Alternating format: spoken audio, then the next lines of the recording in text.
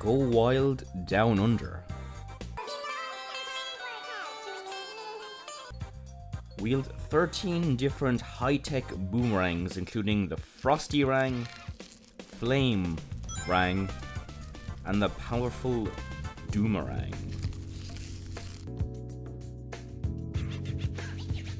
No. Hi there.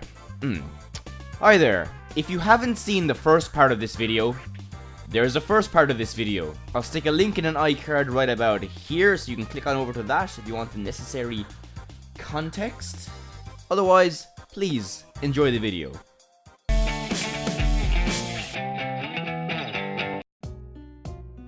While the Breakfast Club stick H full of homeopathic tea leaves and plutonium, Jade has another Dom's vision. Your friend in exchange for your soul. Orange Turtleneck is quick to give you your next assignment, scoping out the Alpha Section's activity at the old slaughterhouse where Pey'j was sent. They also give you an entire room of donated pearls, because of course they have that. Same way I have a spare room for my gold bars and used mail-order brides. You use this as payment for a jump kit at the garage, because white boys can't jump, but appealingly non-specific mixed-race hovercrafts sure can. Shut your anorexic, malnutrition, tapeworm-having, overdose Dick Gregory Bahamian diet drinking ass up. Oh, Brutale. Speaking of, there's no direct entrance to the slaughterhouse, so instead what you have to do for plus 10 quirk points is enter one of the illegal races in the bowels of the place, not take part in the fucking thing, and instead ramp off this inconspicuous nub into the level area. This took me 3 attempts, failing once because I accidentally finished 5th trying to find the entrance, because I'm just that much of a naturally gifted Adonis, and a second time because I broke the thing from smashing it off the barrier, because getting the direction right and timing it with your boost and bunny hop is like trying to direct a piece of driftwood across a river by sneezing at it. The first chunk of the slaughterhouse is the only part of the game that focuses on the hovercraft for an extended period, possibly due to the post-E3 liposuction, which is a pity I think, given for as brief as it is, the segment is pretty enjoyable, even going so far as to maintain the light puzzle elements the game has purported up until now in guiding homing minds to clear a path. There's a certain charm to intentionally imperfect control schemes like your vehicle here. I think it's that there's a slight satisfaction to be had in that it takes some modicum of skill to move with any semblance of grace before you even go about progressing. Thankfully so, because the density of the mine placement after you breach the exterior is goddamn neurotic. No wonder it's the old slaughterhouse. All the engineers were probably killed by the pendulums in the custodial closet. Through a couple of service gates, you arrive into a small circuit that serves to connect the 3 pedestrian sub-areas of the stage. This would be my pick for best location in the game, focusing on stealthing around guards, interspersed with another few non-puzzle fetch quest sort of affairs. Not that it doesn't devolve into 3-on-1 protracted fisting sessions more often than not. While the puzzle design doesn't exactly leave any man, woman or single-celled organism behind, I would consider the puzzle element more ancillary than core, and as such it doesn't detract too much from the overall experience. The game does do a very naughty thing in a few areas here and going forward with regard to that very core stealth gameplay, in adding turrets that insta-kill you on sight. Now let it be known that I'm no advocate of the watery, laissez-faire, do-it-your-way school of game development, because designing an action sequence to be completable in 12 different ways tends to result in all of them being homogeneous and under-realized. But on the other hand, you can't just drag a player by the nose like a depressed sunbird towards another day on the hot plate. Agency must be transferred from the developer to the player, otherwise the player might as well be watching an incredibly poorly paced movie, probably directed by David Cage. I will give it 2 things though. One, it has that Hotline Miami quality where the downtime is negligible, so you almost don't have time to be pissed off. Almost.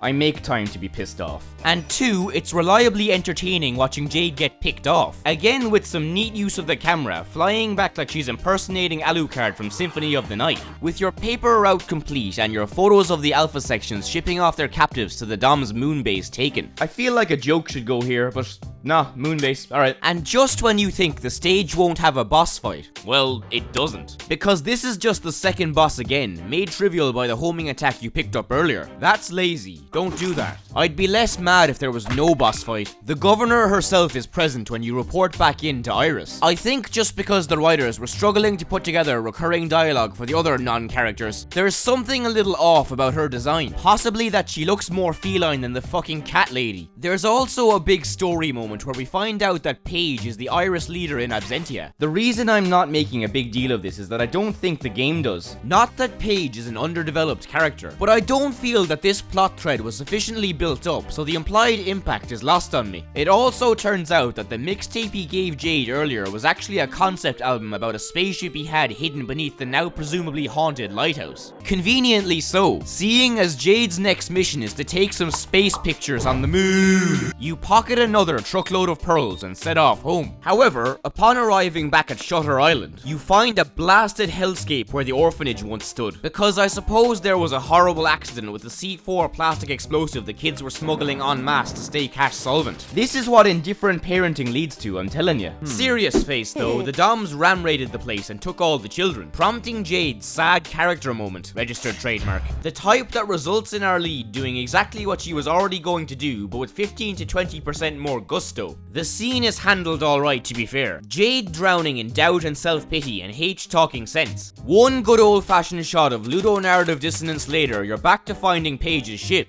This is done by activating a couple of hidden terminals, the codes for which are hidden neatly on the 3D model of pey'j's rocket shoes. After gaining access to the hidden hangar and coming face to face with this Slave 1 looking contraption, you quickly gather that it's missing a few parts. A quick trip to Mama Goes later, you have a functioning aircraft. Then you have to kill another spiny boy. I don't wanna. Your vessel isn't space-worthy though, requiring a new engine from the fucking Wattos over at Mama Goes. It costs a shitload too, passively necessitating you to engage in the game's side activities and optional areas, of which there are a decent variety. There's also this one place on top of a volcano alluded to by the barman that just disgorges pearls, but it's highly underworked. It amounts to little more than a loose figure 8 sprinkled with basic enemies, its existence being a token attempt to make the spaceship more than a plot device / sightseeing tool. Once you have the sexy new engine installed, you point upwards and hit the gas towards the final stage. There's a quick interlude that plays like Starfox 64 if it was a minute long and developed by a stamp collector under a heavy dosage of anesthetics. Insert Starfox Adventure joke. No, before you land inside this giant cyber butt plug and take an elevator down to the moon base. Here we have one of the classic shit puzzle tropes taking up the first part of the stage. Directing beams of light, up there with temporal clones and sliding tiles in the pantheon of creatively bankrupt game design. You escort the Phalanx O photons down a corridor, through some doors and across a bridge, culminating in you freeing pey'j in a gameplay sequence that'll really get you going if you're a big fan of geometric fucking shapes. pey'j is stone dead and just a dab of mint sauce away from a Sunday roast, and the resulting scene, credit where it's due, is meaningfully somber without being overwrought.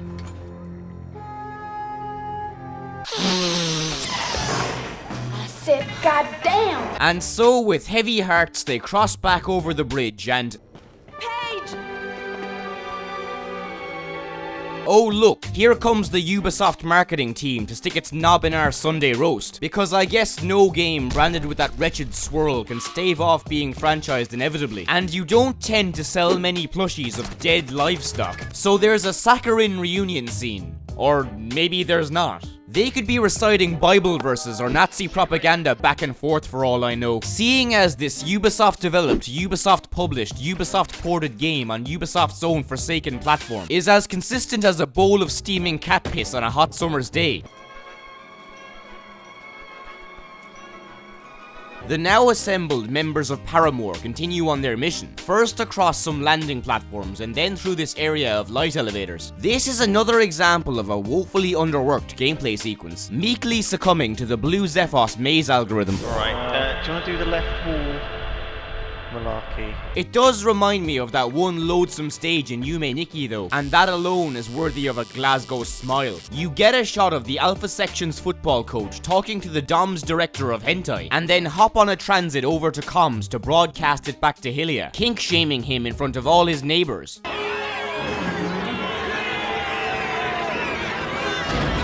Yes, these 144p coffee stains are apparently enough to spark mass revolution. Call her Jade Guevara. Underbite sets the place to self-destruct out of spite. But again, the time limit is lenient as all hell, so you evacuate shortly after completing your PhD on the combined works of Dostoevsky. Pasty Shrek has a bone to pick though, and snatches you into a tractor beam behind his conspicuously trendy spacecraft. This is the final boss on the vehicle side of gameplay, a multi-stage bullet hell sort of affair, over the course of which you whittle away at the thing's appendages before turning your attention to the core. It's fairly well put together, if incongruent with anything else up to this point. You have to go inside the spider once you've shot it down to turn off the tractor beam, providing some wonderfully hammy dialogue as the human micro-penis draws his final breaths. Your mother and father, the pig, and all those little brats.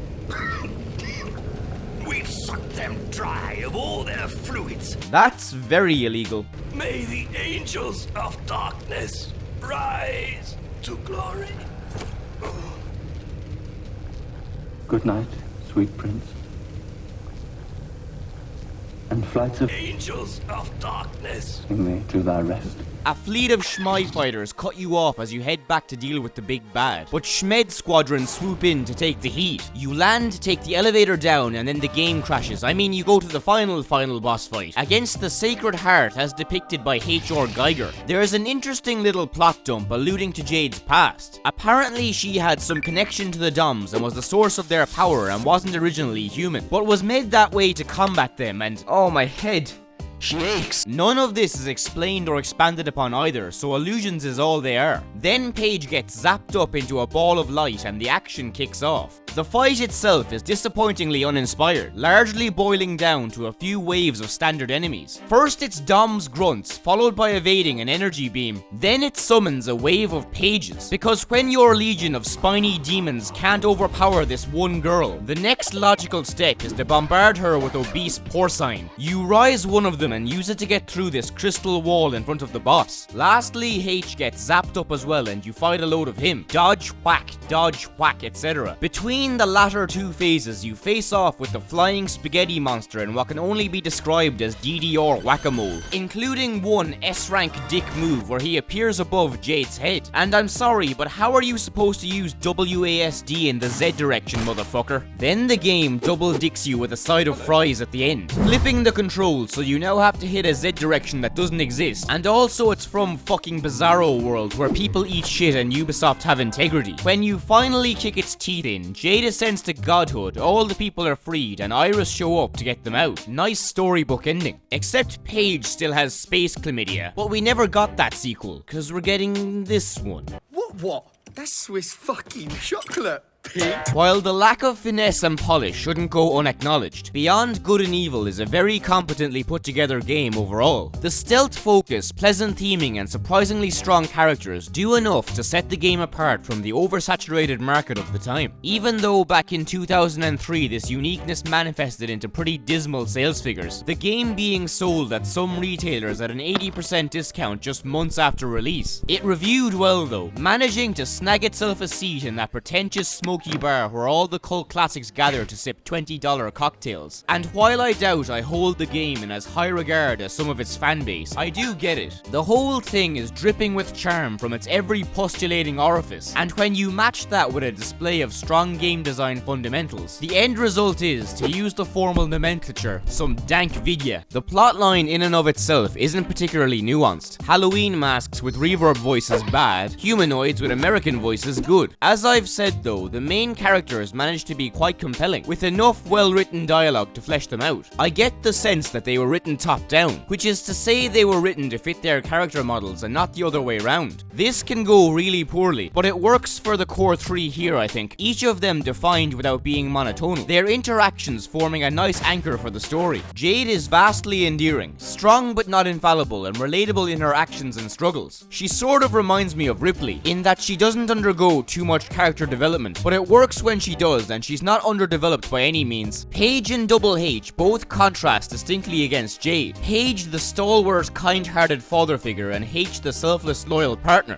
Although Jade's actual relevance to the plot could have done with some work, I like the idea of the whole she's a dom super freak thing, and I think the game would be lesser without it. But you need to give some more climactic payoff for that amount of build-up. Just like Game of Thrones or the Cuban Missile Crisis. Grades are mixed on the mechanical front. Jade handles alright, including her dodging and sneaking. The enemy AI is fine. I had no issues with their cones of vision or whatnot, but the enemy variety is sorely lacking. The combat itself is god-awful button mashing with all the intricacy of Theodore Roosevelt's dissuasion tactics, but the emphasis on being stealthy rather than going in commando annuls this issue to some extent. The photography thing is cute, but I wish you didn't have to go into your camera view to fire out a laser disc, like an overly complicated Beyblade. The level design is solid, if borrowing a not insubstantial amount from Ratchet & Clank, which came out the year before to rapturous applause. It should be noted that the factory stage went on about 3 times longer than any other, again likely due to the drastic changes made to the game after that failed debut. The bosses are pretty lackluster all round, and that's not even counting the copy pasta. It's almost as if a game geared towards being one with the shadows isn't predisposed towards punch-ups in a back alley with Big Dick Rick. The game looks and sounds fine, visually consistent throughout, though it is a bit aesthetically generic, and I don't think it was exactly Crysis even back then. So in summary, Bayonetta is overhyped by sexual deviants who want nothing more than to be asphyxiated by her magical pubes. Hello there, and thank you for making it through the whole video. If you're wondering why this one is slightly shorter than usual given the time frame, I was actually away on holidays in Italy during the production, so I couldn't really edit efficiently, which is why you might have noticed some light Roman theming throughout the video. If you did enjoy, remember to drop a like, leave a comment, and subscribe if you want to see more. If you'd like to help me out further, you can share the video with a friend, I have a Patreon link in my description, or simply just watching another video, such as the one that should be linked on screen right now. You can also follow my Twitter for updates on videos and hot takes on your favorite game series that probably sucks shit. Thank you again for your time, and enjoy your day or night wherever you are. Goodbye.